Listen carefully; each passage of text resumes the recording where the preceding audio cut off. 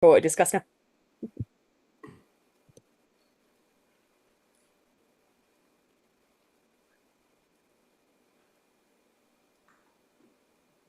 When I heard you say be careful what you discuss, it was like just as I came in, so it was a little alarming. Hello, Complex. We're going live. Be careful what you say. We were just joking. We are live, so everybody's wondering what we're saying. All right, here we are. 6 o'clock Central Time on May 6th, 2025 for Triple T number 175. Counting them up and knocking them down. Rock and roll.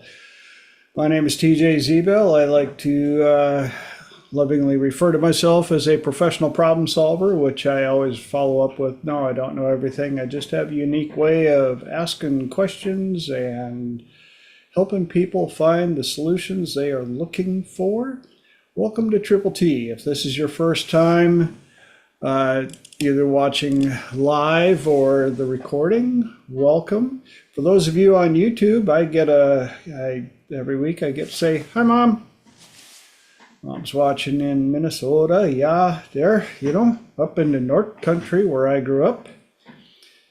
And wow, we've had some weather down here in Texas. That's where I'm at, down just southwest of Dallas-Fort Worth. And see, I've got, for those of you on YouTube, trying to keep track of my squirrels here, if you could do me a big favor, do all the YouTube things that don't cost you anything but a little bit of time. Please click the subscribe button, ring the bell, leave some comments, comment on other people's comments. If you liked the show, please leave a comment. If you didn't like the show, please go to somebody else's profile and leave a comment. I also have a website for you to check out. That is thetswb.com, thetallskinnywhiteboy.com. There you're going to find lots of information, good stuff there. We're adding stuff all the time. I do get the privilege of helping people with depression, anxiety, phobias, grief, PTSD. I teach lots of classes, lots of different things. If you're wondering if there's something I can help you with, I've got a solution for that. I've got a free, that's right, no charge to you, 30-minute consultation. That's your opportunity to bend my ear for 30 minutes and see if there's something that I can indeed help you with. Let's see. Yeah, I'm a little scattered tonight. Had been working with clients since about 9:30 this morning. So for those of you that, again, are here for the first time, I'll explain a little bit on how Triple T works. It's a 2-hour interactive webinar. For the first hour, I have 3 topics that I do my best to try and get through. Second hour is open mic, open platform. Anybody on the call can bring up a question or a topic, and I let everybody on the call answer first because I like to learn as well. And if at the end of everybody's input, if I feel there's something I can add to it, that's when I add my 2 centavos. And let's see, what else? Time to introduce the tie of the week. Tie of the week has been going on since January of 24. So, got a little poo on my tie this week. One of my favorites there. For all of you that are into poo, take that however you want. Very awesome. Let's see, and who's got something good to share from the last 7 days since we were here? Holly. Well, I will say it's been a whirlwind of a week. The roller coaster has been all over the place, but I was very excited. This will tell you how long we've been doing this. My journals for topics we discuss and also what I ponder during the week because of the topics we discuss. I just had to get a new journal this week. So, and I'm already 3 pages into that. So, yes, thank you all for helping me fill up my journals. It's been amazing. Well, thank you for being here and all of the amazing input that you provide. And I mean that I've had lots of comments on people that are very impressed with your knowledge and willingness to share. Mark. Yeah, what I saw Lenora's post on Facebook, and I wanted to compliment her about the bravery and the courage to put up the before and after photo, and you know the metamorphosis that occurred from the before to after. But it was the first thing when I looked at it, I was like, the after photo, like I said, had, I said that the metamorphosis was the identity, and then the identity, like I said, and then the metamorphosis was in the mind, and then the body kind of followed along. But yeah, it was again, it's very brave of you to put that up there. And you went and beat me to it because I was going to say we got to recognize somebody we've been blessed to have on this earth for another year. Happy birthday, happy birthday, happy birthday to Lenora. We are so happy you're here.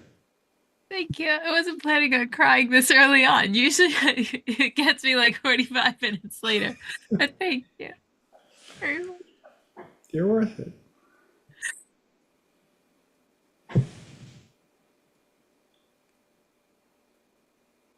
So I'd ask you how your birthday was now, but it might be squeaking it out. You can tell us whenever you're ready. Thank you for your very beautiful words, Mark. They mean a lot to me. And I know TJ had mentioned it earlier, so thank you guys very much. My birthday was very good. I am officially 40, which is very exciting. And there were lots of cupcakes. And they sung in a restaurant, and then my in-laws made a very lovely meal for me on Sunday. And my husband decorated when I came back from a conference last week. So it was a big shebang here. Good. The way it should be. And many more. Best is yet to come. Yep. Indeed. Well, got all that done. I was gonna say I have my program posted. So I don't think you guys know how much it means to me. So I'm so glad that you've all been here. I love that Holly got a new journal. I love that Mark started bouncing in a while ago. I think like almost 2 years now. You guys just make the world such a better place, Mike, and the other people that show up and who are on camera and who are off camera. You guys have taught me so much, and it just gets better and better. So please keep sharing.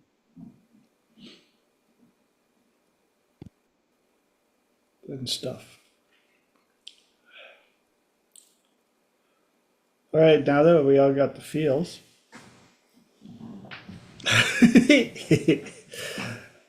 How about if we see if we can get through 3 topics in what's left of the hour? Tonight's topics: getting ready, in the safe, and why don't I have? Jumping right in, getting ready. And this came from, again, for those of you that are new to Triple T, I get a lot of stuff from working with my clients and other sources. This one is right from one of my Triple P clients, the Perfect Partner Protocol.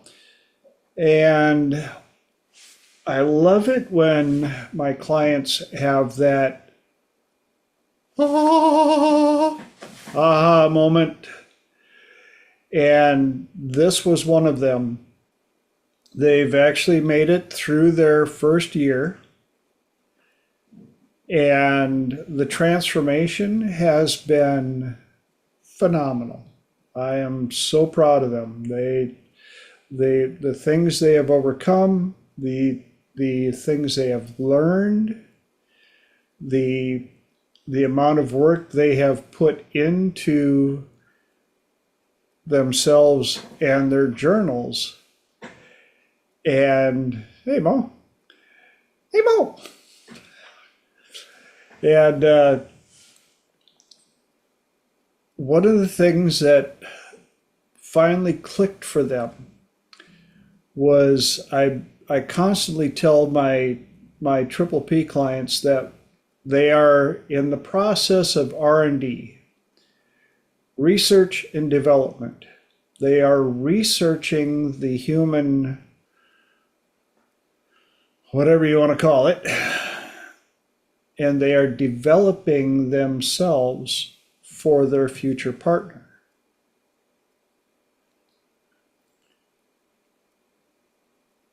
And what struck them was, as with a number of my triple P clientele, during that first year, even though I told them ahead of time this might happen, probably will happen, usually does happen, they met 3 perfect people. Oh, I finally found the one. No. Best one so far. And after 3 of them, actually 4, the last one was very short-lived because they found they're getting much better at seeing through the masks, at standing by their values and criteria, at not accepting the idea of a project. They'd had a couple of 9-to-5s, which is a little joke between my clients now of, yeah, you really want to date a 9-to-5, which means you really have to work hard on them to try and get them up to where you want them to be, only to find out that you thought they were a 9, and the harder you worked on them, you realized they were actually a 5. You don't need a 9-to-5 or another 9-to-5. And the getting ready part was when they realized the best thing that they can do is the same process of catching a butterfly without a net. What's the best way to catch a butterfly without a net? Sit your butt down. Don't chase it. Yes. The bee goes to the flower. The flower does not chase the bee. And so they are doing everything they can now to get themselves ready for their person. Their journal has now become homework, if you want to put it that way. They go through the journal of their person, reviewing it, looking in the mirror, going, what else might I be able to improve on to attract the person I've described? Mark. Holly could probably speak more fully about this, but a squirrel came up and whispered in my ear. It's a hermetic principle, and it said, as above, so below. And I was like, what? Not quite sure how that works into PvP or getting ready, but that was the message the scroll just whispered in my ear. And for those of you that are watching for the first time, yes, we do chase a lot of squirrels here, and my squirrels know squirrels who have squirrels who bring squirrels. So at any given moment, a squirrel could run by and the discussion could go in a completely different direction. Just hang on. And I think you're right, Mark. It is as above, so below. It's working on not only our outside, but our interior. They realized that with all the things they had written about their partner in their journal, they weren't living up to what they would expect that person to be looking for. They were not hanging out in the place where they would expect that person to be to meet them. They also realized that their person, just like them, doesn't want to be on online dating. And they realize that with all of the things that I've gone over and taught them, it is so much easier for them now to meet people. When you get very fluent with the trifecta of speech, echo talk, three magic questions, values and criteria elicitation, it is so easy to talk to anybody, anywhere, anytime, for any reason. And with that knowledge, they were like, why would I waste any time online? And every now and then they admit that they have little doubts. Well, maybe I'll just give it one more try.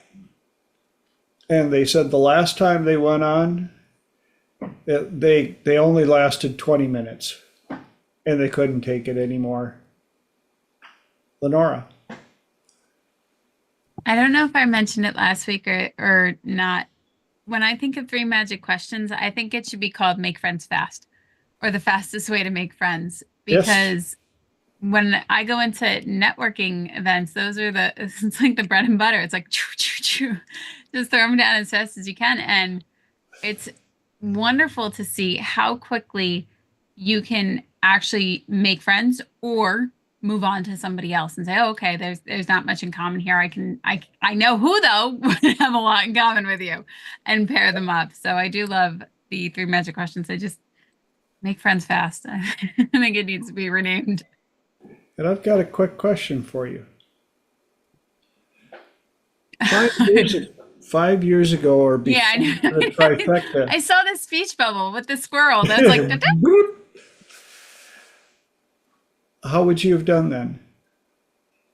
horribly. I think Holly remembers. I feel like Holly would remember many, many, many years ago. At least it feels like many years ago. So many triple T's ago, I had to do a networking thing at a BNI, and a BNI is a Business Networking International, and it is for professionals and it's for local professionals. And I had to speak for 60 seconds, and oh my God, I was dying.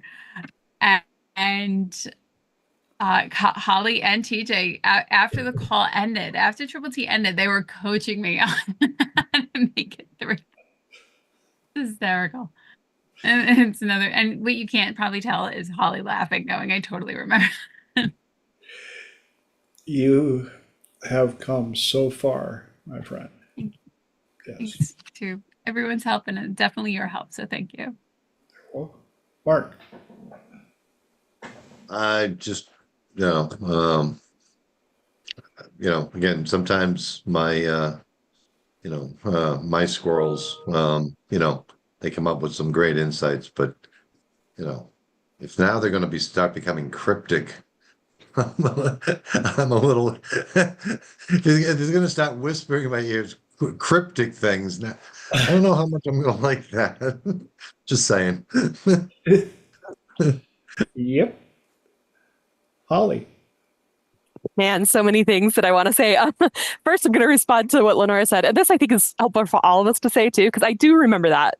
But I also am laughing because I'm looking back and I'm like, the thing that the number one thing Lenora has changed is just her confidence and trusting herself, because it was always there.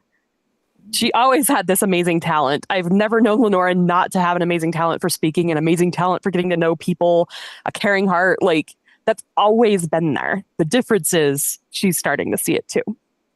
And, how many other people might that be true for as well? But, I'm just so proud when I see everything that you've accomplished, Lenora, and so proud and so happy. But yes, even back then, absolutely amazing, amazing. And it was always there. And it just keeps getting better too. So, just somebody who is such a professional speaker, she can't even speak at TED Talks anymore. And it's funny because that might be the answer to the question that's been going through my mind. Because I'm thinking about, the trifecta. And so a couple of things popped in my head. First of all is the importance of always be testing. I think sometimes we're so focused on talking to people, and how many of us have the courage to act, well, the awareness and the courage, because you also get in that trance, but the awareness to realize this is a person that maybe is a little bit toxic, that I shouldn't be giving access to my energy because they might turn into an emotional vampire. Yeah. Versus, or maybe this person's just going through a rough patch, and if they could get a little help, maybe they'll get back on their feet. But the other thing that's going through my mind too is, well, I guess two more things. So one thing, the trifecta works. It's amazing how many times I've been to a training where the trifecta was taught. We go to dinner afterwards, and everybody sits awkwardly staring at each other at the table. And it's like, we just learned these techniques. Why aren't we using them? Yes. So that awareness of just because you know it doesn't mean you're smart enough to use it. So be aware. But I will say, now this has gone up and down for me. But when my rejection, for those who haven't experienced it, it may sound not familiar at all. But when my rejection sensitivity dysphoria is really, really heightened, I can have the most amazing conversations, but it still doesn't make the conversation easy, if that makes sense. And sometimes I experience anxiety. So I'm just curious if anybody has any feedback on how to overcome that and eliminate that part of the cycle for those of us who experience it. Well, we can analyze. You want to write that down and bring that in as a second hour? I will do that. I've got lots of answers for that. And while you were talking, one of my squirrels ran by and said, reminded me the importance of recording everything. That's why all of the recordings of Triple T are on my YouTube channel. If you go back and watch some of the very early ones, you're going to see lots of differences in personalities and approaches and answers. And Lenora also pointed out that you're going to see difference in backgrounds of offices transforming and things of that nature. But also when you're going out and doing things like when Lenora did BNI, I told her make sure that you have somebody record it for you.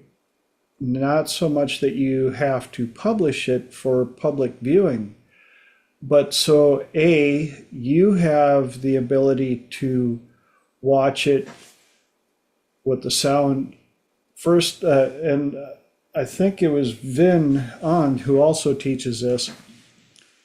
You watch it a couple of different ways. One, watch it regular, then go back and watch it with the sound off to watch your body language. And then play it again, but don't watch it, simply listen to it to hear your voice inflection and how you deliver. And it will teach you a whole lot about your speaking style, technique, and what can be improved upon. So that was a little side squirrel event. Any other ahas, epiphanies, inputs on getting ready?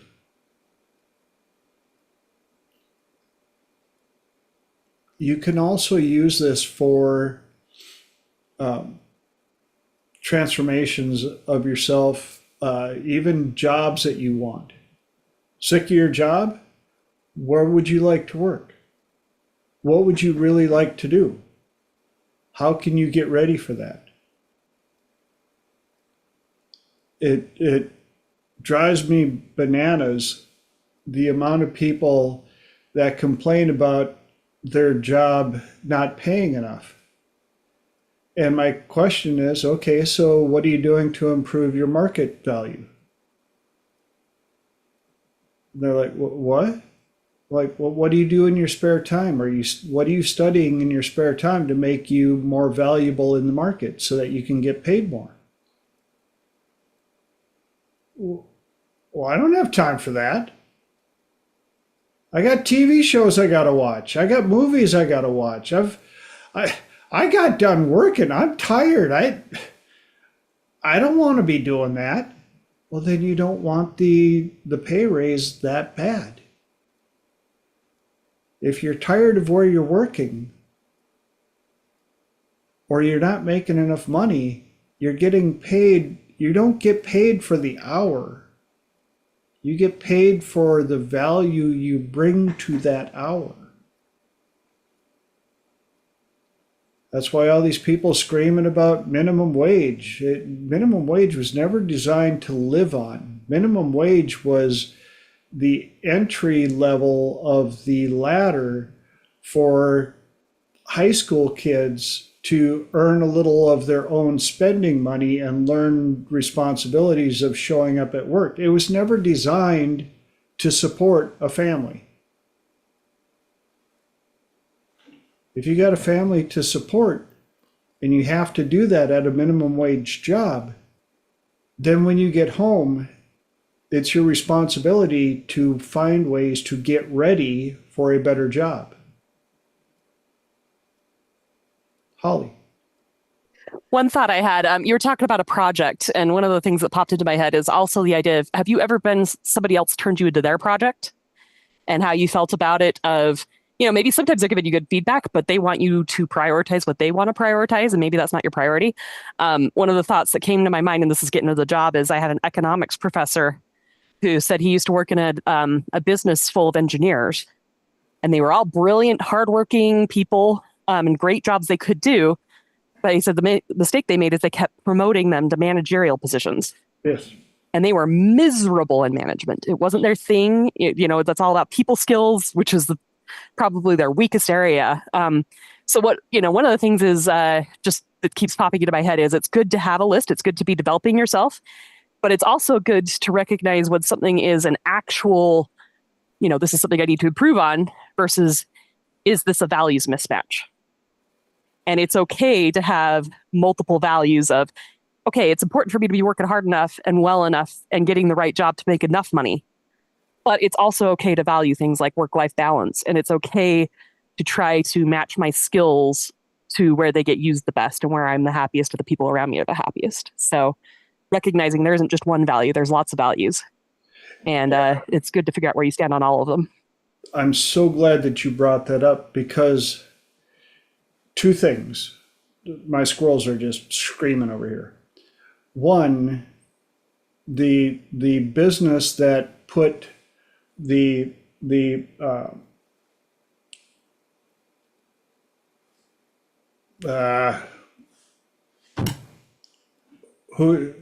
ones you referred to, not mechanics, engineers. The business that put forced engineers into managerial, no offense, that's poor leadership. That's not recognizing what tool, which tool is which tool.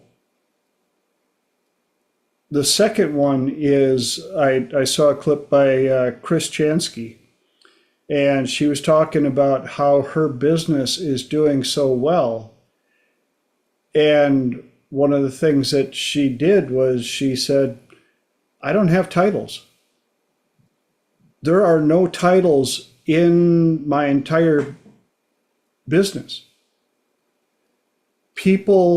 I hire people because they are good workers and they have talents that I need in the place. And I hire people that are good at bookkeeping, but they're not a bookkeeper. That's what they do. I hire machinists who are good at that, but that is not what I tell them. And everybody has the ability to tell everybody an idea, a concept. We're all on the same plane. We are all employees of the business. There's no rank, there's none of that stuff. And I thought that's pretty brilliant, because removing the hierarchy allows them to work together as a team, not as sub-levels of teams.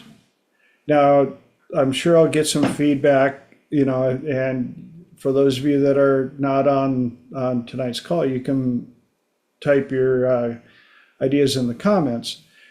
I'm sure that when the organization gets much larger, they'll say, well, you got to have some type of hierarchy.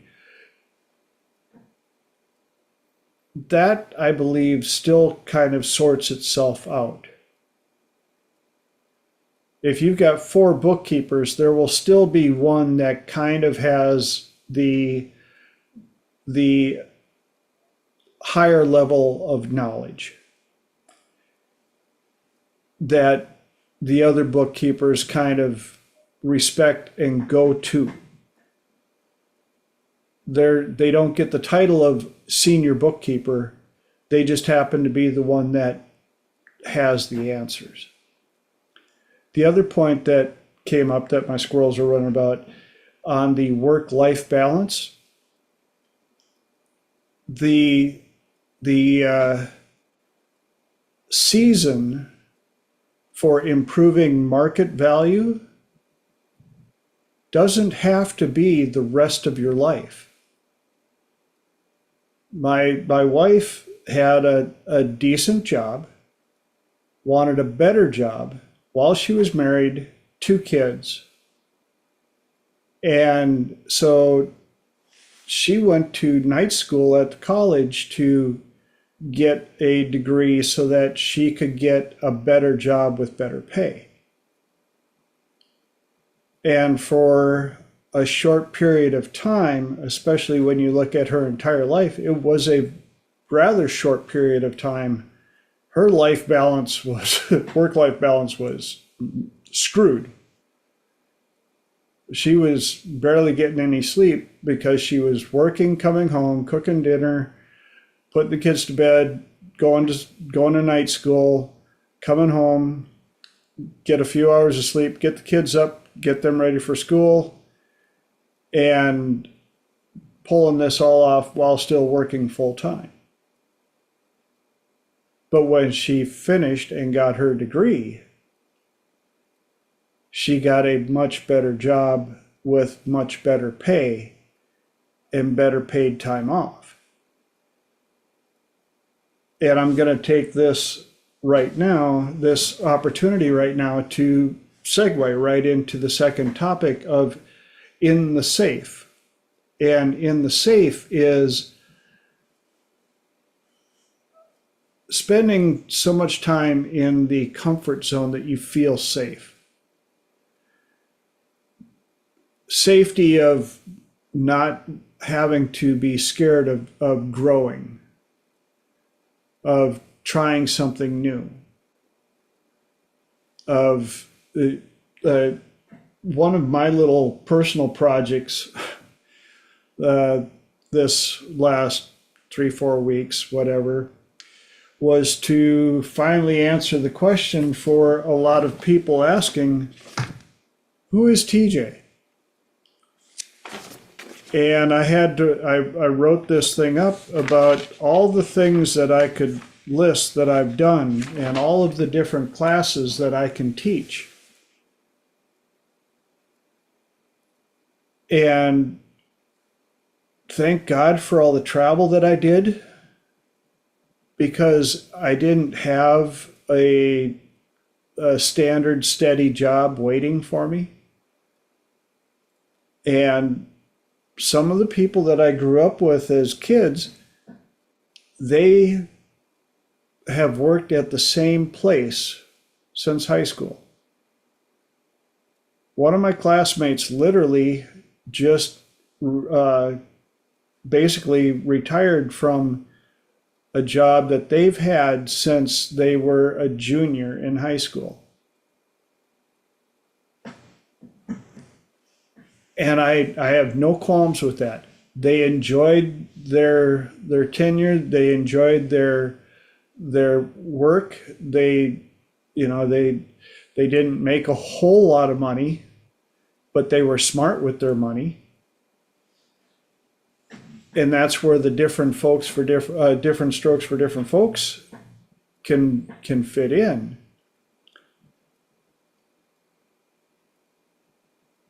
But I also didn't hear them complaining about their pay scale because they knew where they worked. They knew there was a distinct glass ceiling. It didn't matter if they worked there for another 40 years. They were only going to be able to get paid X amount of money. And they look at me with 2 pages of different jobs that I've had and different things that I can teach and different things that I do. And it blows their mind. Because if you would have asked any of my classmates, like 10th, 11th grade, they were pretty sure that I was going to be a mechanic in my hometown of Meltona for the rest of my life, probably married once or twice, a couple of kids, and that was going to be my life. And I just couldn't settle for that. I wanted to travel. I wanted to see the world. I wanted to do things. My squirrels get bored really quick. I'm not a very good corporate employee because most corporations don't want to hear ideas from the very bottom. And I didn't have a master's degree or a doctorate or anything. I just had life experience. And I didn't have it broke down like that to where they could see that maybe there was a possibility that I'd learned a few things. And thank God, because I wouldn't be here. I mean, even when I lost everything in 2007 and I ended up working at an apartment complex, they could only stand me for about 4 years and they let me go. My supervisor was absolutely heartbroken sick when they got rid of me, so she decided, well, then we'll play the corporate game. And they're like, well, why have all the expenses gone up so much? Why do we have so many vendors here? And she's like, well, you got rid of my carpenter, my electrician, my plumber, my painter, my appliance repair guy. And they're like, how many people do we get rid of? 1. Well, he did all that? Yeah, he did all that. But thank God they did, because that got me into a position where I got to meet Dr. David, which is why I'm here with you guys. Mark, you got your hand up?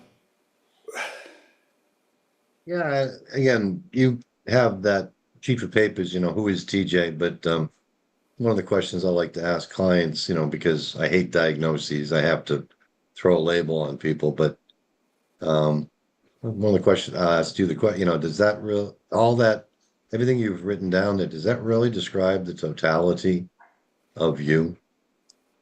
I don't think it can, and to your other point, that fellow that you knew that worked in that job his entire life.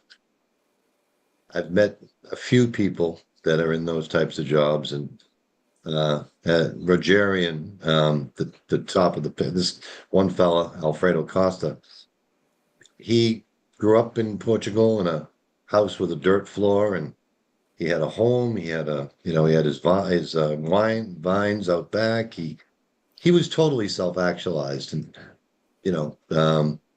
he was perfectly content with where his life journey had taken him. And may we all strive to be as content and happy as Alfredo. And but he had reached that level. When you meet people like that, you can kind of tell they're really good with, again, who they are and where their life's journey has taken them. And he was totally self-actualized, and maybe your friend was also.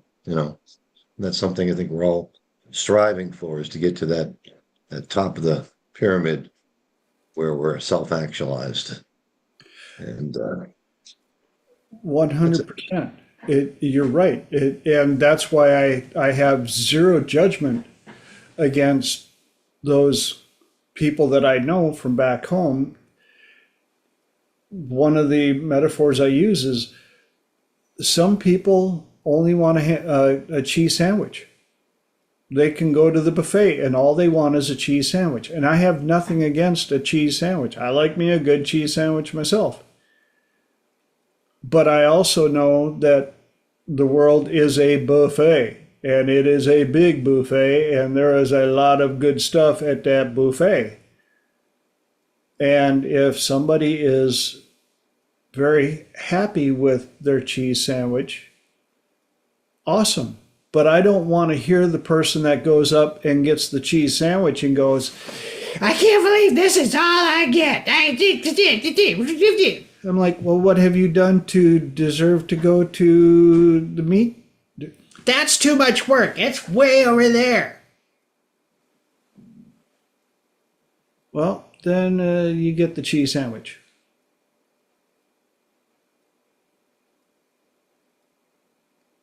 Alfredo's happy with the cheese sandwich. He makes a damn good cheese sandwich. I've had his cheese sandwich. He knows which cheese to pick. He puts it together with a smile. He cuts it right on the diagonal, sets it on the plate nicely. It's a great cheese sandwich. Well, I think somebody should just go over and give me some meat. No.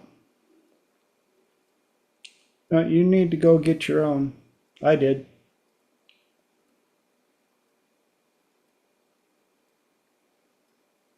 Holly.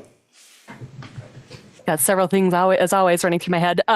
So the first thing that came to mind is there's two questions. Which zone do you prefer to live the most in, and which zone do you actually live the most in? So for those who don't know, there's 4 zones. There's the comfort zone.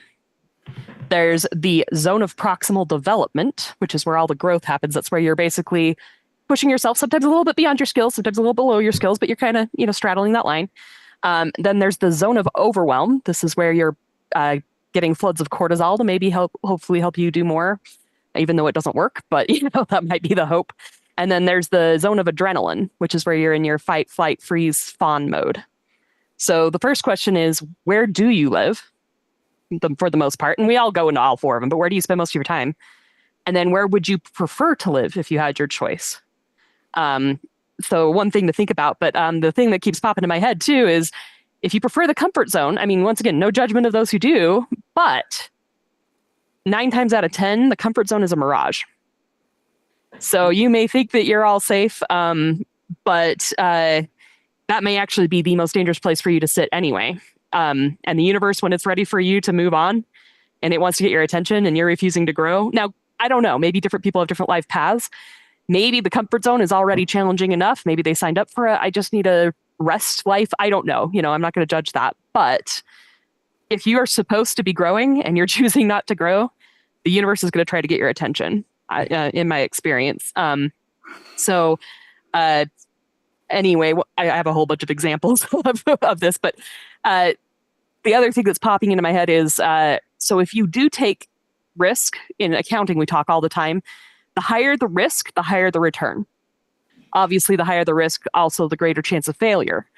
But how do you handle this? If you want to get any kind of, you cannot get any return if you take no risk at all. For those who know the Bible story, that's the story of, the 10 talents and the guy who buried his talent in the ground because he didn't want to lose it.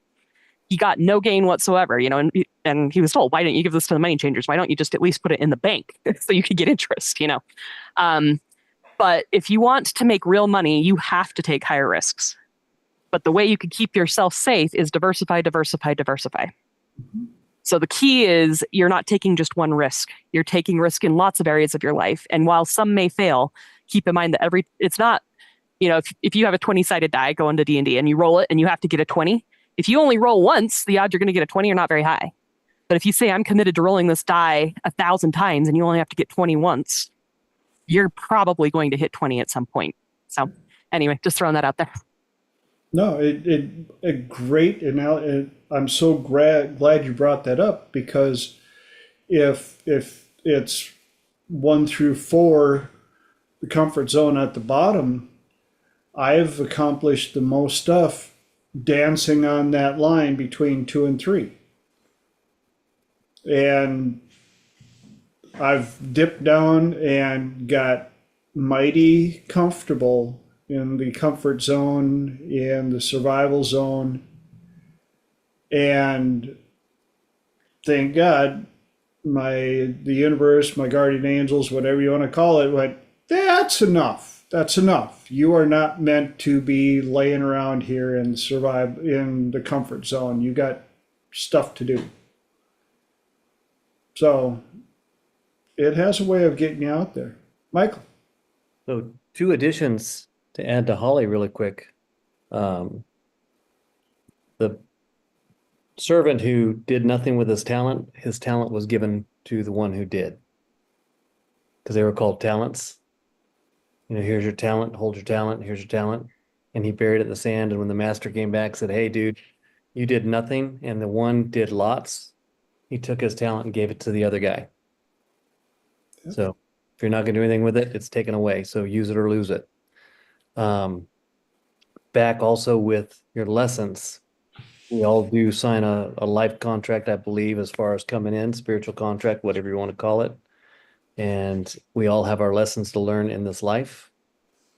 And we have the choice to have our lessons brought to us gently. So every day ask, hey man, I know I've got lessons to learn. Please bring them to me gently so I can realize it, and not rough and painfully. So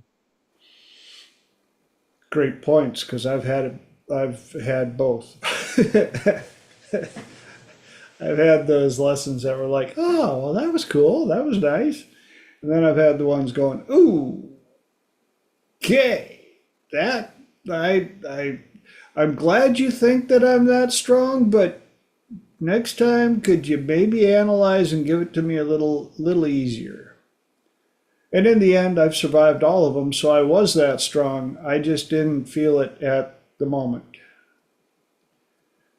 Because a couple of those lessons were an absolute 2x4 to the gut. But if it don't kill you, only makes you angrier. I mean, stronger. Stronger. Something like that. Holly. So I'll try to make it quick. Just one other thought too. When you're going through something difficult, always keep in mind, what if I'm going through this not just for me, but for somebody that I love that I haven't met yet? But I love them deeply, and that's why I signed up for this. Yep. And one of my squirrels just popped up. Instead of, why is this happening to me? Change it to, why is this happening for me? it changes the perspective on what's going on. Michael. Or I'm so glad this is happening to me because it could be this or that or this or that. I was driving down here to Cabo on Easter Saturday, and we have a straightaway from Guerrero Negro, which is halfway to Cabo. It's about 10 hours into the drive. It's a 18-hour drive roughly.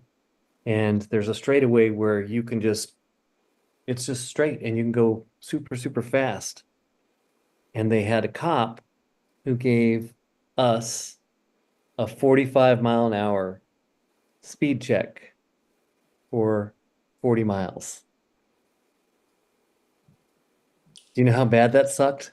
Yep. You drive like 90 to 100 on this, straightaway. You're like, ugh, and you're stuck at 45 miles an hour behind 2 cars behind the cop. There's nowhere to go. And then you've got 50 more cars coming up behind us. It's like, oh my gosh. And it's like, well, I could either really just, this really sucks so bad, or hey, maybe this person just saved our life, or he saved somebody else's life, or he saved something. Sure. It's all good, man. Find the good. We're so lucky that it happened to us the way it did. I don't remember how old I was when I got the download that helped me with road rage. Oh man, that's a download everybody needs. And what it was is you don't know what your guardian angel is trying to protect you from. And so if I had somebody pull out in front of me who's going really slow, Yeah. and you're just like, get out of the way, get out of here. You want to mount 2 twin 50 caliber machine guns on the front of you, blow them to. Yes. But I would look over at the passenger seat if it was empty and just go, okay, I don't know what this is about, but thank you. Because I don't know if my guardian angel threw that person in front of me to slow me down so that I went through the intersection just before or just after the person ran the stop sign or ran the red light. Yep. So that's how I learned to get over road rage, because I was like, well, sometimes your guardian angel just has to go, we got to get in front of them somehow. Just, okay, put a slow car in there. So Oh, I'm going to do a caveat on the road rage thing. In San Diego, I was driving to my office there, and I actually had a road rage situation, but it wasn't coming from me. So lots of traffic at 7 o'clock in the morning, cutting in and out, and I cut a little car off. And she gets all mad, and I'm like, all right, whatever. And I just went, so she gets around me in front of me and cuts me off. I'm like, okay, whatever, just go. And apparently her boyfriend was with her as well in another car. And so it's like they were both like tag teaming, going slow. I'm like, wow, all right, it's time to get off this freeway. And I just got off and went a different way to work. But it's like, it's not worth it. yep. Holly. I was just going to throw a tag on there about your guardian angel, what it might be protecting you from. It might be protecting your life. But also, one of the things I'm learning is if you're late, if it's making you late, maybe you're supposed to be late. So 2 things that happened. One, I was late and it turned out that somebody didn't show up to do their job. And I know I would have been guilted, bullied, whatever, into doing that job. And it would not have been right for me because somebody else needed to take responsibility. And I would have tried to take that responsibility. So I was late that day to force somebody to step up and take responsibility. And, it would not have been good if I'd stepped up. And then the other time I was late, there was a snowstorm that night. For those who don't know, I work graves. And I was literally the only employee for the last bit of my job, last bit of my shift. So because I came in late, I was planning on staying late to make up the hours. And if I hadn't been there, nobody would have been in my entire department. I was the last one. I would have been the last one leaving. I would have had to stay late anyway. So I was needed there. Yep. There you go. Mark. Real quick, about those life lessons. Old Southern expression, how many times you gonna kick that dog before he moves? Yeah. Yep. And the other side of that story is about the dog. The kid goes to see grandpa. They're sitting on the front porch having some tea, and the old dog is sitting there moaning. And the kid goes, "What's the matter with the dog, grandpa?" And grandpa says, "Well, I reckon he's sitting on that nail again." Kid goes, "Well, why doesn't he just move?" And grandpa says, "Well, I reckon the nail don't hurt enough yet." What are we willing to put up with before the nail hurts enough and we finally decide to move? I just sent you a link on that about a wise statement I just heard. You're going to stay in an uncomfortable situation until that situation becomes enough uncomfort to make you do something else. Yep. So And I've got 5 minutes to finish topic number 3, which is very common for those of you that are watching for the very first time, which is why I said I do my best to get through 3 topics in an hour. Last one is, why don't I have? And this is the concept of people that want change, but they're not willing to get rid of old habits. Kind of like having a full cup and going, well, how come I don't have something better? You have to analyze your life and look at where can you make space? Where can you open up? Why can't I have the person that will love me? Well, maybe it's because you're still hanging on to all the anger and resentment of the past people. But why can't I have a healthy body? Well, have you given up the food and the sitting around and the excuses? They say you can have excuses or you can have results, but you don't get both. What other things can you guys think of for why don't I have? Yeah, lots of stuff. This goes so perfectly with one of the topics that I was curious about that I wanted to share. Good. You got 3 minutes before we get to start on it. I'll hang on to it. It also ties in with what we were talking about earlier. Why don't I have better pay? Well, what have you done to increase your market value?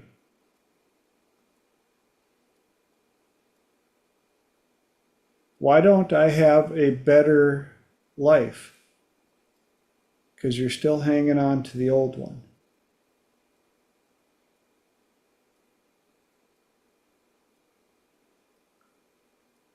Mark. Factors into self-worth and worthiness, I think. So if you want that raise and you think you're worth it, I think you'll ask for it. But if you don't think you're worth it, you'll never ask. So why don't I have factors into, I think, a person's self-worth and demonstrated worth. And I'm glad you brought that up. Yes, a lot of times, why don't I have? Well, when you asked, what did they say? Well, I haven't asked. If you don't ask, the answer is always the same.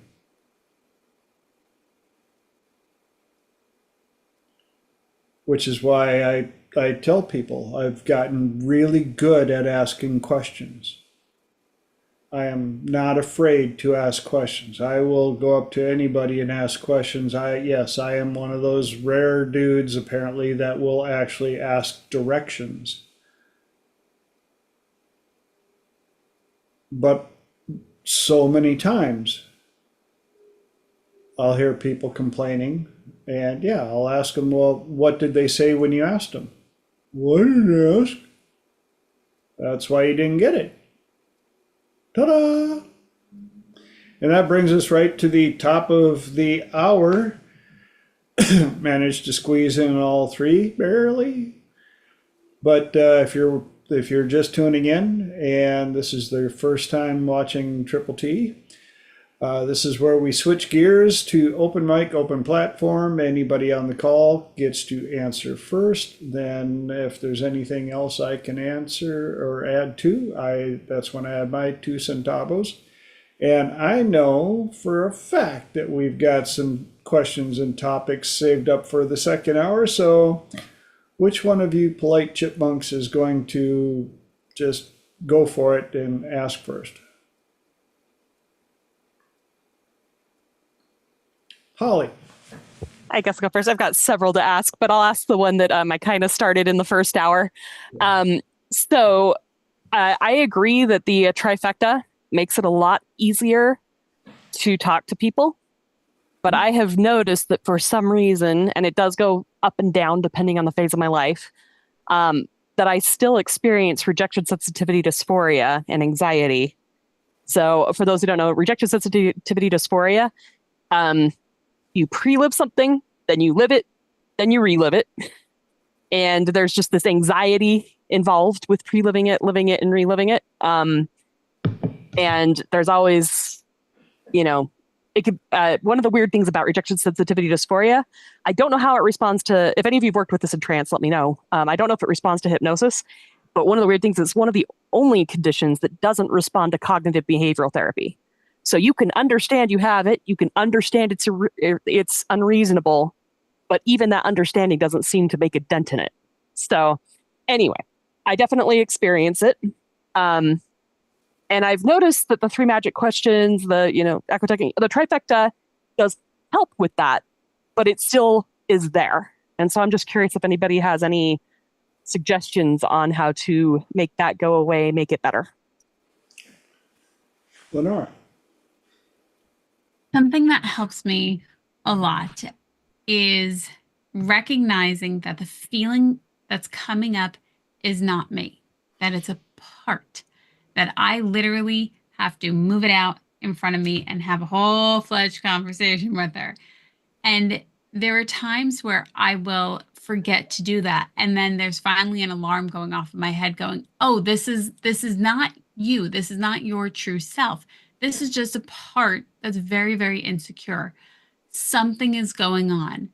Bring her out. And so when I do that, if I'm by myself, I'll bring her out, or if I'm working with a coach or somebody, then we'll have like a group conversation with her, because it's a very real thing where you're feeling that rush of insecurity or that rush of anxiety or that rush of not good enough, whatever it is. But when you can have that state control that goes, oh, right. Okay, this is just thought. Let me move it out of my body and get it in front of me. It becomes much more manageable. So when or if that happens again, or even if you think back to the time that it does and you trigger it, again, have it come out in front.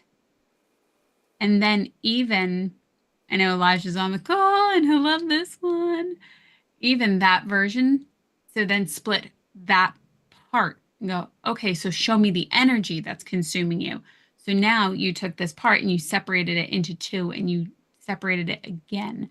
So that way you can have perspective, because perspective and your perception will shift much, much more easily. Well done.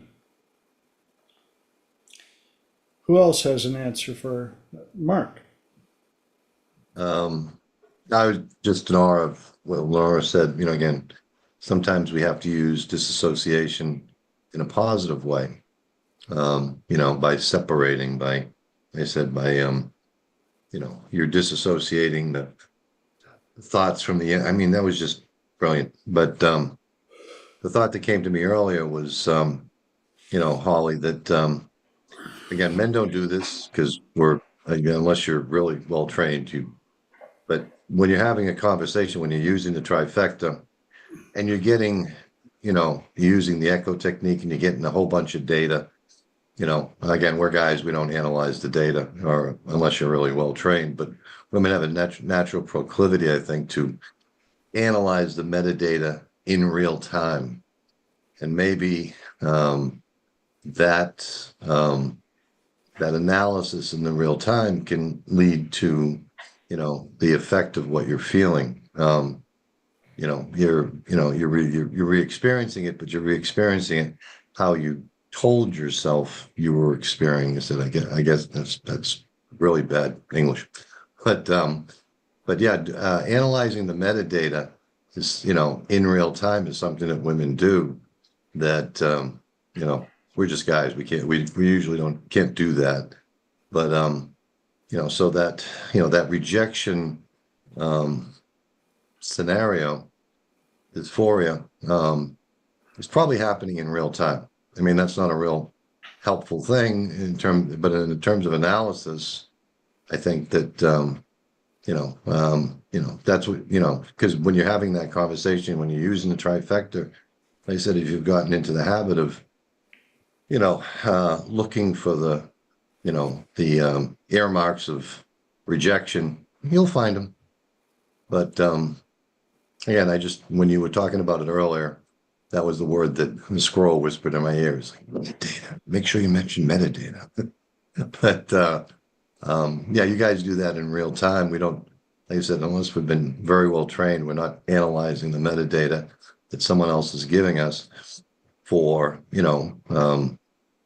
for all the things we're that we can, when you go back over and over again, you're using the same metadata, and but you're analyzing it, you're looking for rejection. And if you look for anything, you're going to find it. That's my thought. Another great answer. Who else has something for Holly?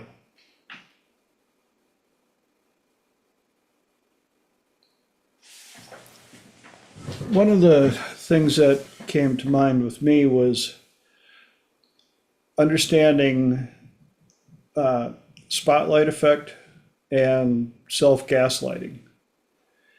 And if this is happening in events where you're talking to somebody that you don't know, the storyline that is potentially built around it sounds like it's based on worst case scenario.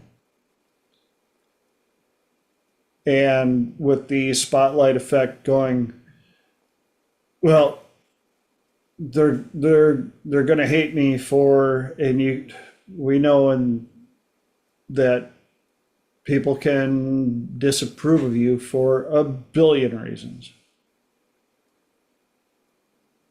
But they can also approve of you for a billion reasons. And potentially allowing yourself to know that you are a good person with good intentions, and utilizing the trifecta as a way to tell yourself that you now have a super weapon to get past uncomfortable discussions. The nice thing about the trifecta, especially Echo Talk, when you understand how to use it properly and for the right reasons, they do all the talking. In fact, one of the downsides to utilizing the trifecta in conversations with people, they don't want to shut up. They just love to talk because it's a great way to show interest in them.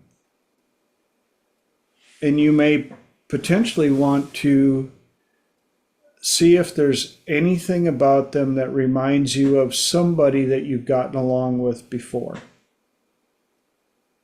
Oh, they remind me of grandma. Grandma likes me. And you can use transferred trust,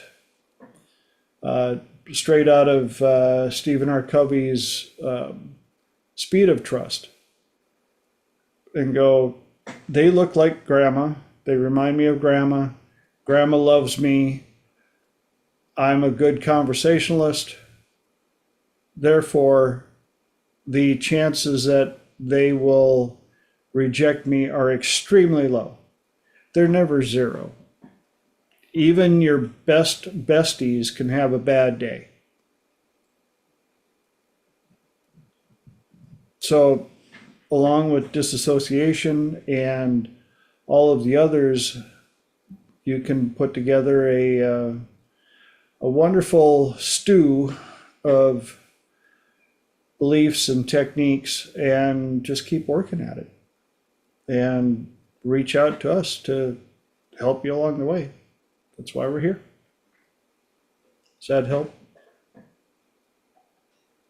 Man, everything that everybody said is helping so much. I did get a download as everyone was talking. I don't know if anybody wants to respond to this kind of, and I'm realizing part of my problem is I have missed it. Big rejections coming in the past, didn't see them coming. And I think I've developed this as a way to try to catch it next time it's coming.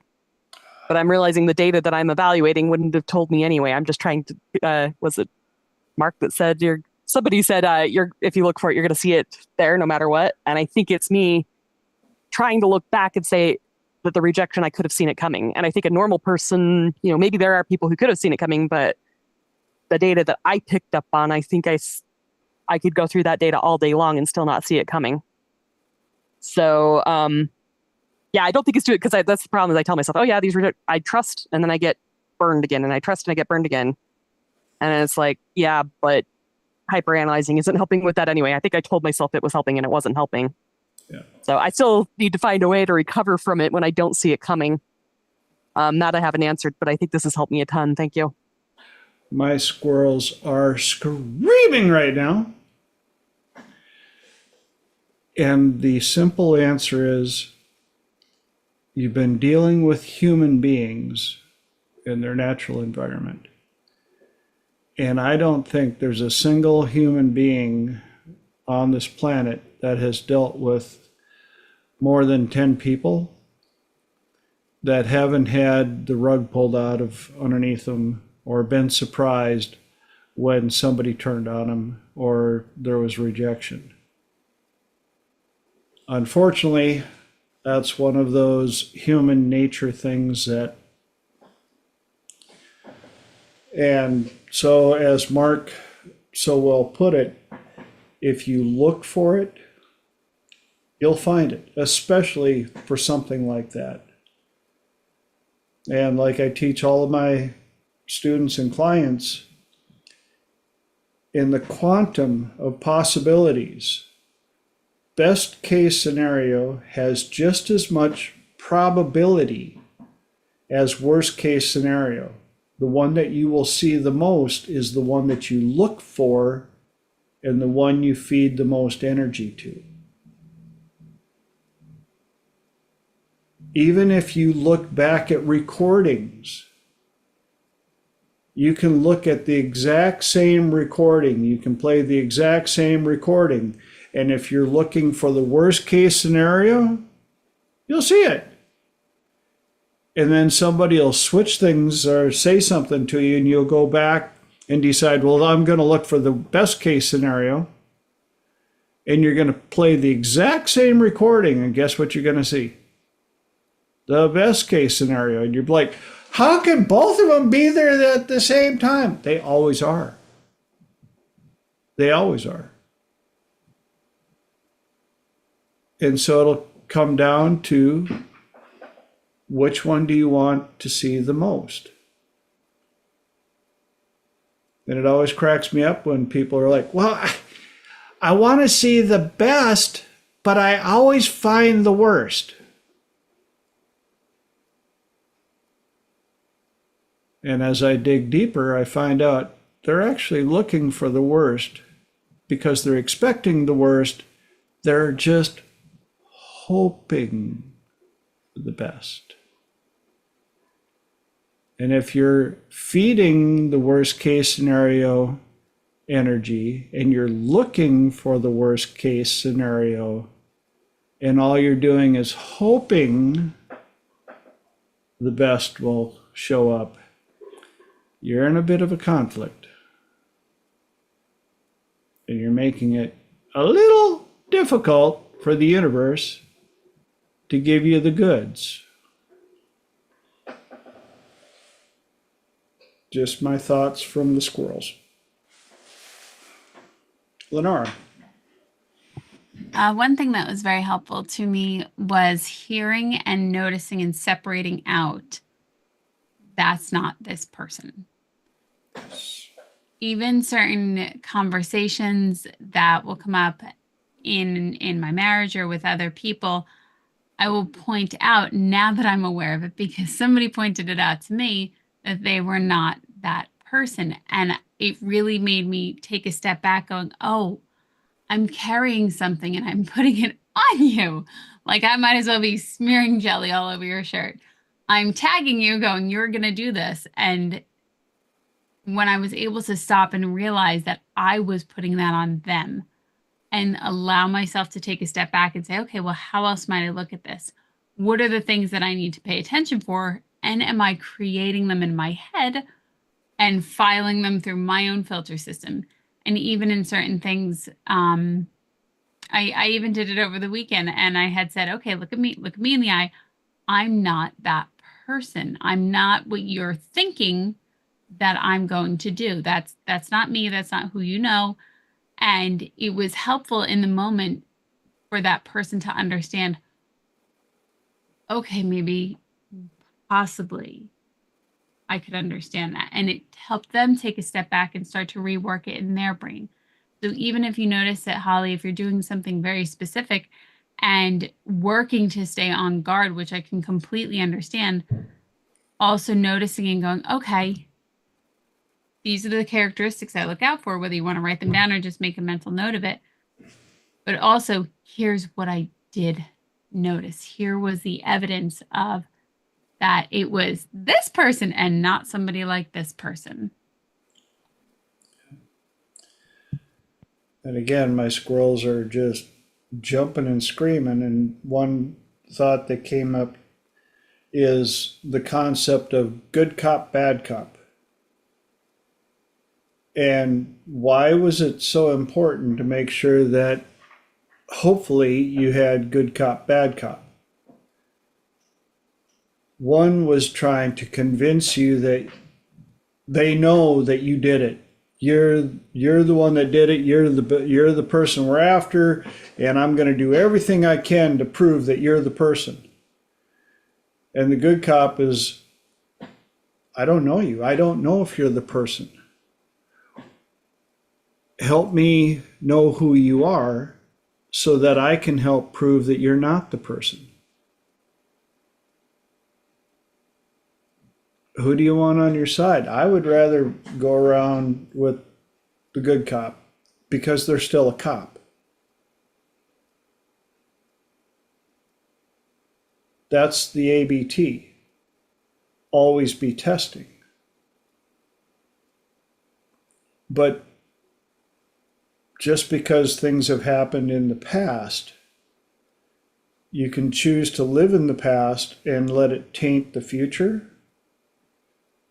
or realize that even in the past,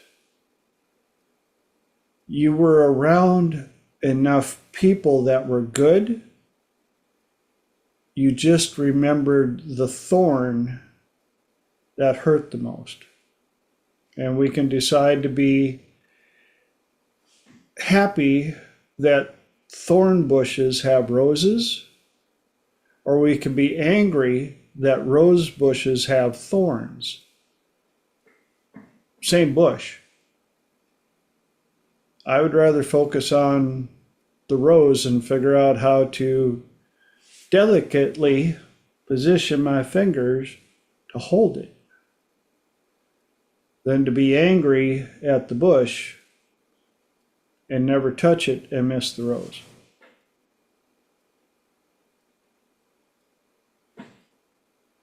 Just a few thoughts from Squirrel Land. Does it officially have a name? Is there a carousel or a merry-go-round That's or a just wonder wheel? that's even one of the squirrels as he was leaving went, "Oop." Cotton candy? Welcome to my squirrels. Yeah. Never met a rose that didn't have thorns. Never met a person that didn't have something about them in their past or whatever that didn't keep them from being perfect. Because they were humans. It's all part of the human experience and dealing with humans in their natural environment. Does that answer? Did you get enough info on that, Holly? I'm tempted to dive even deeper down, but this is very, very helpful. Thank you. Well, that means that either you got to come up with another question or topic, or somebody else gets to toss one in. I mean, I've got loads, but I know Lenora had one from earlier, so All right, Lenora, you're up. I did have one. I had mentioned it last week and it's just kind of continued to unfold. And I was curious to know about everyone's thoughts on receiving.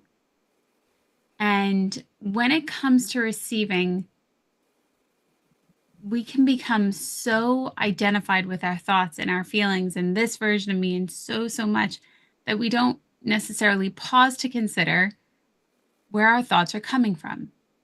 We're receiving these thoughts, or we're pausing to consider how we receive our food, how we receive the breath, how we receive all the things that we do. And sometimes we take sacred awareness in it and notice it so much that it overwhelms us. And other times we just shucking and driving and we're not even paying attention to it. And the reason I think that this is so important is because we're constantly receiving. We're receiving thoughts. We're constantly receiving breath, air, water, food, thankfully. Where do you notice that you're receiving and that it's such a natural, normal thing to you? You don't necessarily stop and look around. And then where do you notice that you do receive, that you appreciate? And then where do you notice that you are not receiving? I know TJ toward the end of the his first hour was asking, well, why not me? Where is this? Where is that? So to start noticing all these areas and what that looks like for you, because I really think there's only two main keys, is the ability to receive and then the ability to express. And then there's all these other subcategories or more specific things underneath. But those are my thoughts on that. So what do you notice that you're receiving in your life? Where do you notice that you're not receiving in your life? And how can you start to shift your thinking? Great question. Who's got an answer? Holly. I swear you've been spying on me all week. Always. I was reading Initiation into Hermetics, and I was actually literally reading the chapter on this exact topic this week, so I'm loving it. Going around. Some thoughts that it mentioned in that book, because obviously one of the things you want to think about is, are you giving gratitude for what you received? And if you give gratitude, you tend to get more. But it specifically was talking about receiving food and breath. And it was talking about how anytime we receive, there's also an energy associated with what we receive. And if we don't do things with intention and we don't take that moment to be grateful for it, but also don't take that moment to impregnate whatever it is we're receiving with positive energy, sometimes that thing won't even nourish us. So and obviously you can't spend the rest of your life, every single breath you ever take, paying attention to it, or you'll never get anything ever done. But you can set the intention to, every day I'm going to check in with my breathing. I'm going to take a moment to be grateful for it. I'm going to check, am I breathing, shallowly, or am I breathing from my abdomen, which is a huge difference in the quality of breath that you get and everything. And we've talked about, the Kabbalah feast idea of sometimes there are some things that we're receiving Yes, Franz Barden, Elijah asked in the chat. Yes, Initiation into Hermetics by Franz Barden. Um, and so the thought that came to me as I was reading this was, with my weight issues, is part of this is because part of the reason I've got the weight is because I'm not eating with intention. And also I'm not, when you have a choice to choose quality, and I was at work right after this, and it was interesting because, I work in a lab. So I'm paying attention to my breathing, and it's like, oh, what chemicals are in the air around me? But I had this thought of putting a kind of like a body shield. So, we talk about what color is it and what color would purify it. So I thought, what color would purify my air? And then every day, maybe even a couple times a day, multiple times a day, wrapping myself in a shell of energy of that color to purify all of the air that's coming into my body. And it's interesting because we've been so I have an allergy to, I think it's formaldehyde, it might be phenol, but it's one of those two chemicals. And they've been changing the filters, and those get released in the building. And I kid you not, it changed the smell of the air I was breathing in when I put that protective coating around me. And I know a lot of that was because of the intention. And I took a moment to say, I'm going to be grateful. And going back to that Kabbalah idea of the feast, I can't provide the air. There are times maybe I can go specifically for a hike to be out in nature and get beautiful, clean air, or, I can be intentional at times about that. But there's literally nothing maybe I can plant a tree or whatever, but there's literally nothing I can do to cause the air to be created. But I can still be grateful for the forces that cause that air to be created. And I can put intention to put beautiful energy into that and bring it into my body. And then with food, like I said, I think a lot of that is if I'm eating fast, because a lot of it is also taking the time to let it actually digest and sink in. And so being, sitting with it for a minute. And I think that's one of the big things with nutrition is, and there's other stuff too, but we sometimes eat so fast, we are not thoughtful and grateful. We don't take that minute to be thoughtful. We don't take that minute to be grateful. We don't take that minute to put a cleansing energy, intention into the food. And I know that might be a little extreme for some people, and that's okay. And I think that applies to every gift we get from any human being too. That there's always energy associated, and we need to consider some gifts we don't want to receive. I've been doing a lot of things about gifts that have strings attached, for example. Sometimes the best way to cut off the energy for that is to just not accept the gift. So, but then when you have somebody who's giving you energy, and sometimes you could put it out there, I may not be able to directly thank, and sometimes you can, but I may not be able to directly properly thank whoever gave me this energy. But when I get the energy, I can put the intention out that it continues forward and it pays it forward and it does beautiful things for everybody and blesses the person who sent it my way. So, a few thoughts. I love that. Blesses the person who sent it my way. Ooh. Mark. Yeah. When you were posing the question about receiving, my mind went to digestion, and we take things in, and if you understand the process of digestion, it's a miracle. Like I said, there's so many interlocking things that and when you're receiving, if you just slow down, like if you're eating, you should always slow down and notice the process that's going on around you without your permission and without your knowledge. And the whole idea of digestion, like I said, it's all the processes involved. It's miracle on top of miracle. And but when you're receiving positive energy, I think that you should just pause and and slow down and bathe in the energy, or and if you like when you're eating, you should slow down. I agree with Holly, feel gratitude about the sustenance, and but like when you're talking about receiving, you're also, like I said, it happens organically in a lot of cases, and you just have to slow down if you're going to appreciate the receiving of energy, of in all its forms. this might be a little off topic, but one of my favorite ways to get people to slow down when they're eating is I like to ask them what ingredients went into this and how did the cook prepare it. And it's fun to watch people start to actually taste their food. And I always like ask them, does the food taste different now? They're like, wow, yeah, I taste so much more, because so many people get so caught up into the mundane of everything, of repetition, just like breathing. How many breaths have you taken in your life? Well, which one were you grateful for? Well, kind of a question is that? Trust me, I've been in a few places where I didn't have that opportunity.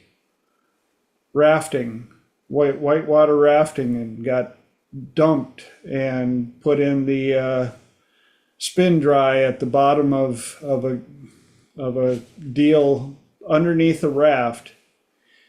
I tell you what, when I finally got up in that raft, I was very grateful for every breath I took for a little bit. It's amazing how when something like that gets taken away for long enough, you become immensely grateful for when it returns. Lenora. I like the way you said that. Immensely grateful for when it returns.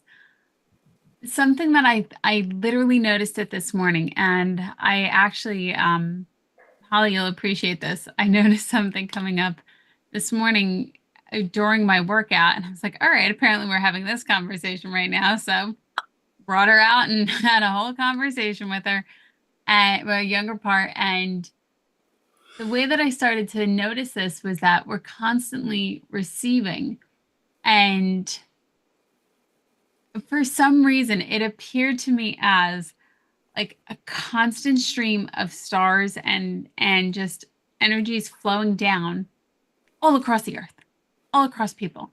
Some people had different flows, but really it was just how they were receiving. And that ultimately, especially because we can think like, oh, where's this job going to come from? Or, oh, where's that person going to come from? Or where's this going to come from? It all comes from the same source, as in the universe. So then wouldn't the universe be your partner? And if the universe is in you and you were in the universe, then wouldn't your I speak well today. Wouldn't the universe be your partner? Wouldn't the universe then be your employer? Wouldn't the universe then be the one that cares for you if you're the one also doing it for you?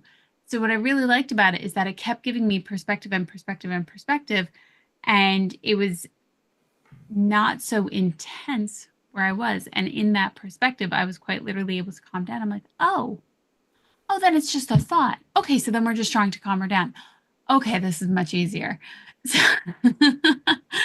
so that's how I had thought about it. And it just, I think I'm going to try and send you guys a screenshot of like literally the cartoon version of it that's in my head right now. I do not know if I actually still have this on my phone though, so stand by.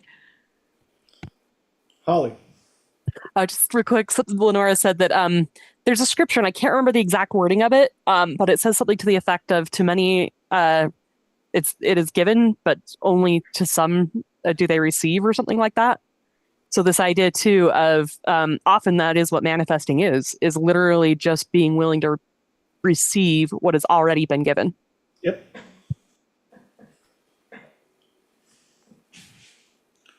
It's all there. We just get in our way.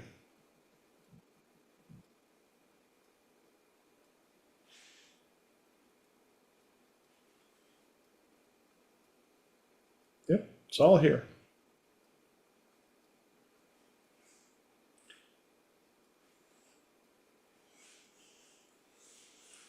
Did you find the image? No. I know the frustration. One of those where you keep it on your phone for like 5 years and then you're like, Psh, I haven't used this in a while, and you delete it. And you're like, bananas. Yeah. When you also have a couple of professional photographers on the call, and we know the challenge, because when you have your studio, you keep everything well documented so that you can find what you need, and then you get one of those handheld things, and you've got 72,000 pictures on there, and who knows where that one that you're looking for is located.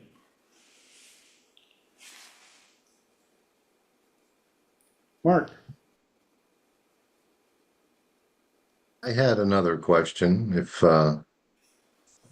we're moving on from this, or we can stay with it. Oh, you found it. Oh, good. No, I was excited that you had a question. Oh, Yeah. well, Love to hearing from you. help me answer this question. Help me help you. Uh, Help me help you. help. But you got to put on your tinfoil hats. Oh, good. It's at the ready. Because I had a dream the other night, and well, it went like this. I was teaching a class. I had, new people eager to, learn all the things that I teach when to help people. And then clients from my past, people that I've helped, they all started to come into the room until the room was like bursting at the seams. And I'm trying to teach all these newbies, all these, wonderful, coping skills, whatever, NLP, all this stuff. And I was, all these people were in the room, and they were all like, talking about, what kind of wonderful experiences they had, coming to see me and all the benefit they got. And I started to get very angry because I've got this room full of, new people that I'm desperate to try to help. And so I was getting angry, with these other people from my past that I've all helped. And so I started to get really angry, and then I woke up. So dream analysis, please.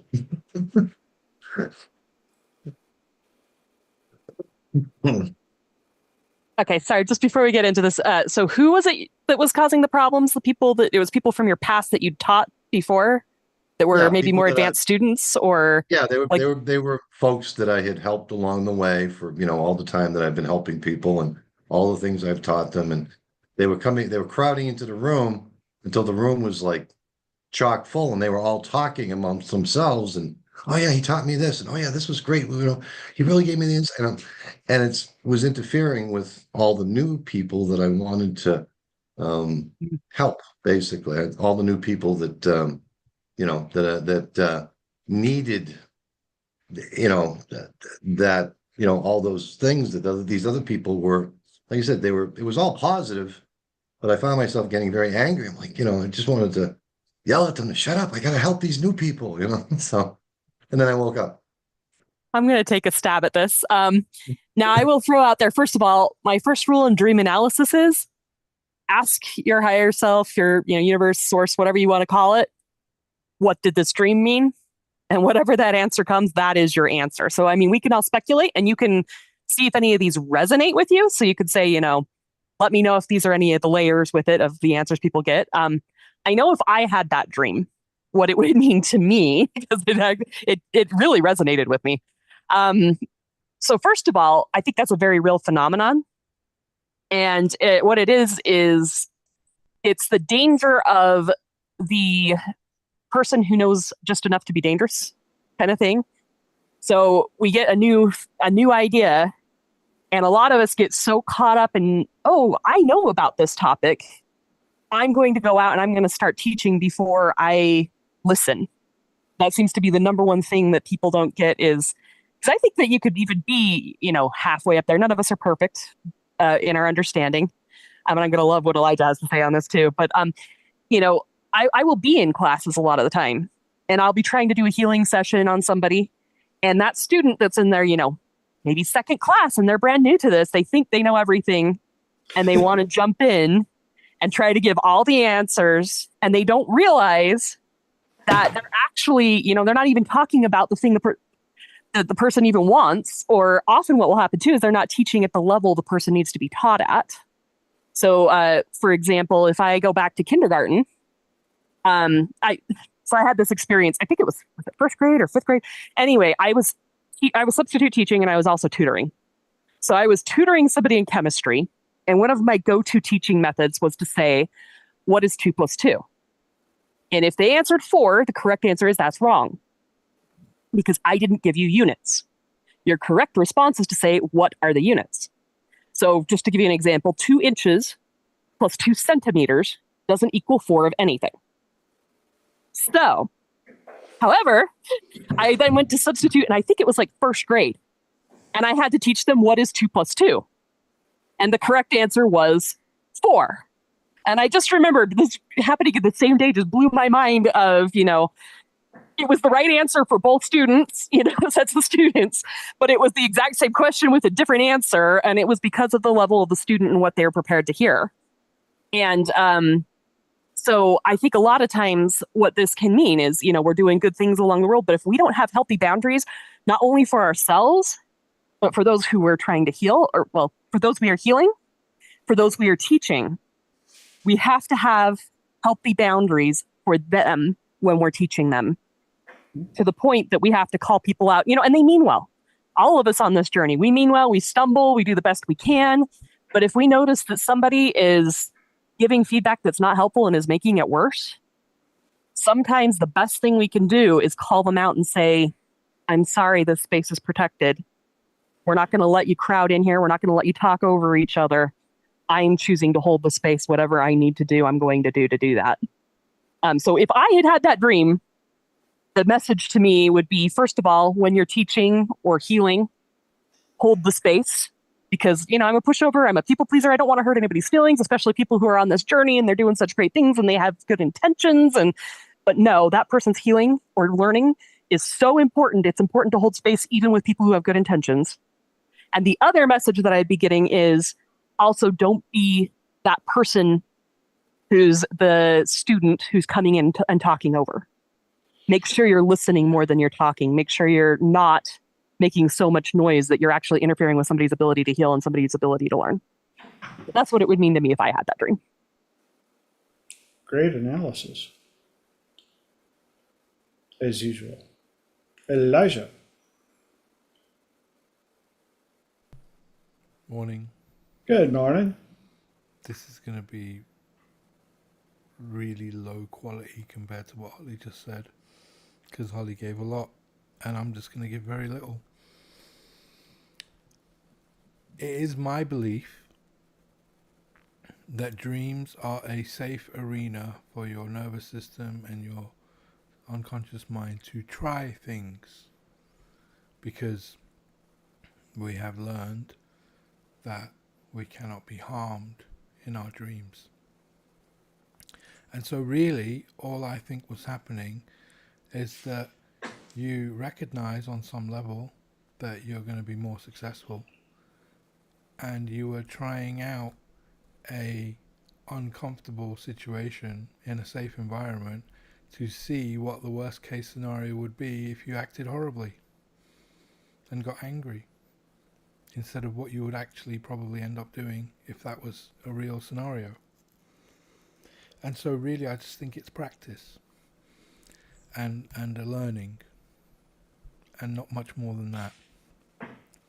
You see, kids, when they're very young, don't actually know the difference between dreams and reality, because no one ever sits down with their kids and explains the difference until one day the child has a nightmare, and then we have to explain to them what nightmares are, And that's when they start to separate the dream reality from the reality as real as reality is.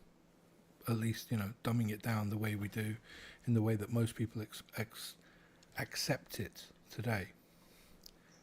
But before then, it's all very real. And so it might seem very real, and it might even be a little bit concerning that you would have such a reaction and behave in such a way. But I really think it's just you practicing in a safe environment where even if you mess up here, you've had the experience of what it would be like to mess up badly, and then you can go forward in life knowing not to do that, even though on some level you probably already knew not to do that, but knowing that you've had the visceral experience of what it would be like for me to get angry, and to know that me being angry in this scenario is a mistake. And so really you're just learning. And on some level, assuming and knowing that you are reaching higher levels of success where such a scenario could even be possible, which is fantastic. Because that means on a deeper level, you're getting better at what you do. That's it. That's all I wanted Thank to you.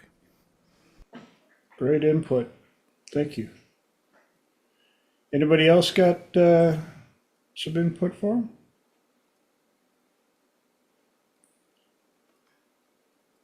Yes, no?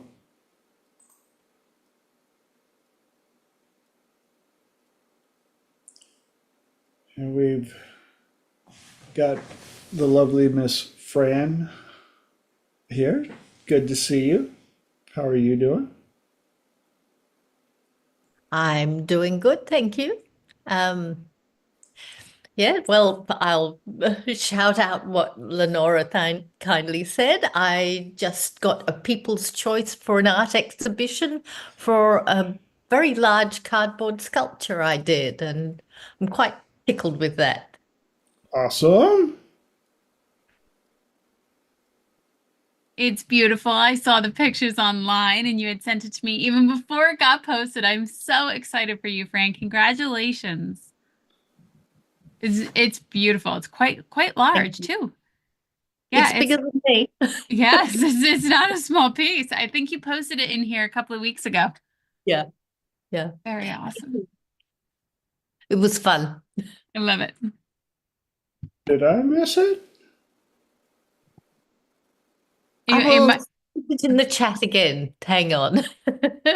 Please. I would love to see that. It's quite Mark. cool. Just wanted to thank everybody for their input, and I think it finally clicked what Lenora said, and what again what everybody said. That maybe those other that you carry everybody you've helped in one form or another with you, and that those again, and what Elijah said about again. Maybe it was a moment that I could have realized that everybody I've ever helped is always with me, and I should not again, my visceral reaction was to get angry about what I could do moving forward, but I think we carry all our helpings, healings with us, and I think that was the insight that my mind needed, which is why I brought it up, is that, so we carry all those people with us, the ones we've helped. And, but like you said, Elijah, it's a safe place where I could, experience that and maybe gain some wisdom from it. Thank you. Awesome. That leaves us with 11 minis for one more, while everybody takes a quick peek at wow.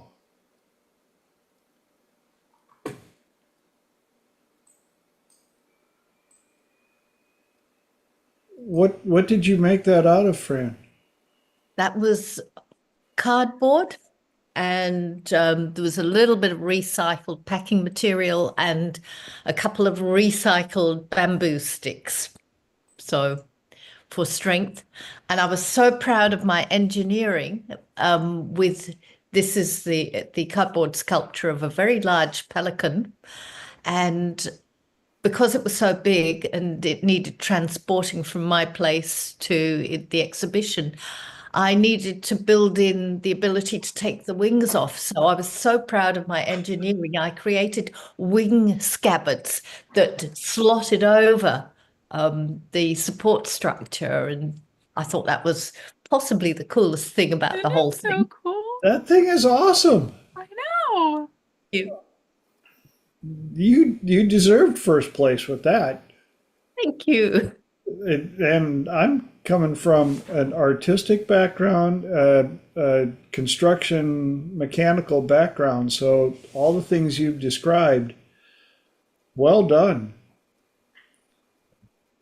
It was a lot of fun and quite obsessive, which was really cool. And I got into a state of flow while I was doing it. I had this amazing state of flow where a problem construction or a artistic issue came up, and I would get like YouTube videos in front of me of you could do this series or you could do that series or you could do the other series, and it kept happening more and more. The more I got into the sculpture, the more research I did it. Yeah.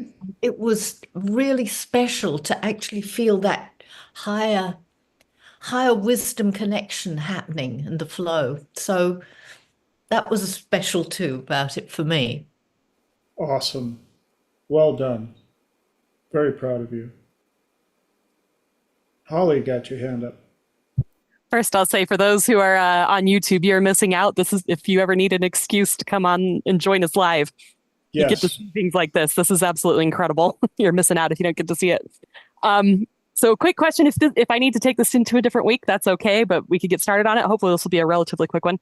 So for presuppositions for our NLP, if someone uses a presupposition in a question they ask you in a debate, and the moderator is saying things like, say they're friendly to the person who asked the question on top of things, but they're saying things like, it's a yes or no question. Give me a yes or no answer, or respond to the substance of the question. Don't you dare try to distract. How do you call out the presupposition when somebody's being hostile like that and trying to basically help trap you in the presupposition? Great question. Who's got an answer?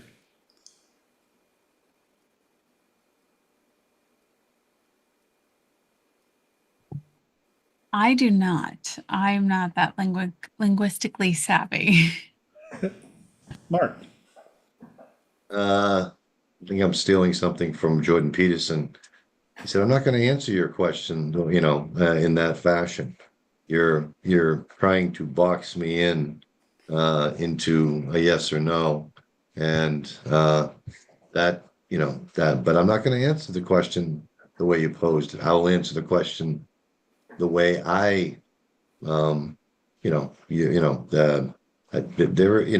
because there is no yes or no answer to that question, and." He was in an interview and they were trying to box him in, and he said, "I'm not going to answer that question, at least not in the way that that you want me to answer it, because then you're going to try to pigeonhole me into a category, and I'm just not going to answer that question. I will answer how what that question means to me and how I interpret the different shades of of that question, but I'm not going to give you a yes or no." Yep. I think the question is designed to freeze you up as well. So, it's difficult to step beyond that when it's just so few black and white situations that it's hard to answer anything like that.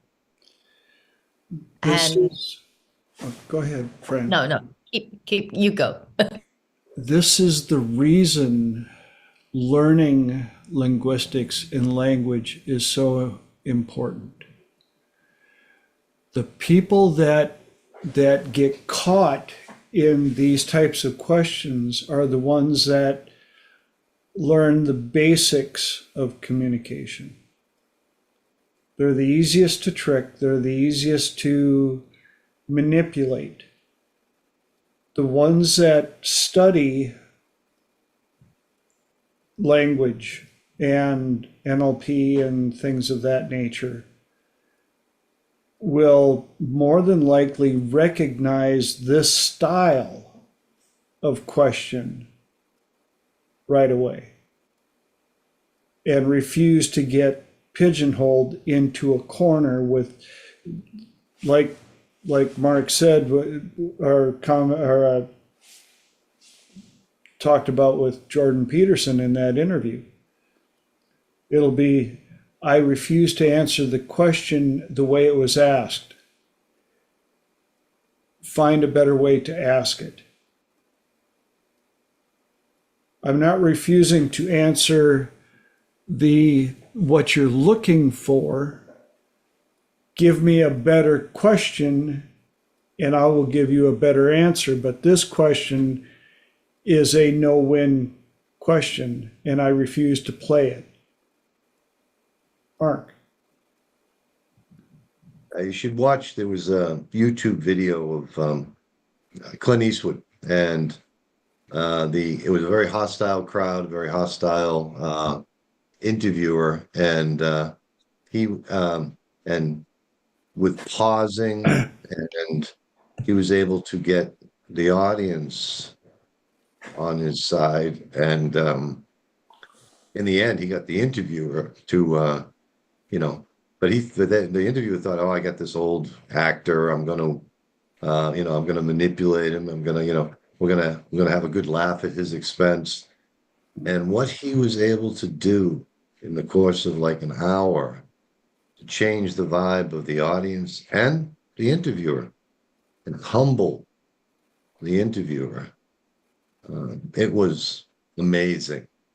That and you can look it up on YouTube, and he didn't have any training, but he again, he that just wowed me when I watched it. The fact, he was able to take a hostile environment, a toxic interviewer, and just turn the whole thing around and humble the interviewer. And at the end, he had the entire crowd giving him an ovation, without any training. But he's old, he's older. He kind of knew his, he's lived long enough that he, and he used pauses and significant looks and, a whole bunch of, I'm sure, NLP stuff, but he hasn't been trained in that. But if you want to look that up, it's just amazing. Yes. Holly. I'm loving these answers, by the way. I just realized really quickly, I didn't say what a presupposition was, so I'm sure everybody here knows what it is, but just for those watching who may not have heard the term before, it's basically something that you have to assume is true to understand the question. So for example, if someone said to me, has your daughter been cleared of her DUI charges? The correct response to me to that question would be, I don't have a daughter. So I can't, if I answer that with a yes or a no, I'm trapped because I'm admitting that my daughter has DUI charges brought up against her. And I don't even have a daughter, let alone a daughter that has DUI charges. So, but yes, and I think it's funny because this was actually prompted by a Jordan Peterson Oxford Union debate. So I'm glad that Jordan Peterson's already getting brought into it too. And I am so grateful that I ran into Dr. David. I thought I was a pretty good communicator before I met him. And after studying NLP and hypnotic language patterns and all the above, I got to tell you, one of the best practice grounds I had was being head maintenance for college rental homes, because those educated little monsters always thought that they could take me on linguistically, and it was the best practice I could have. I was like, oh, aren't you cute? You brought a butter knife to a howitzer fight. Let's go. It's like I would love to see some of those kids take on Elijah. That would, I would pay, I would videotape it and I would just pay to watch a debate with some of these college kids, just like with when they try to take on people like Charlie Kirk and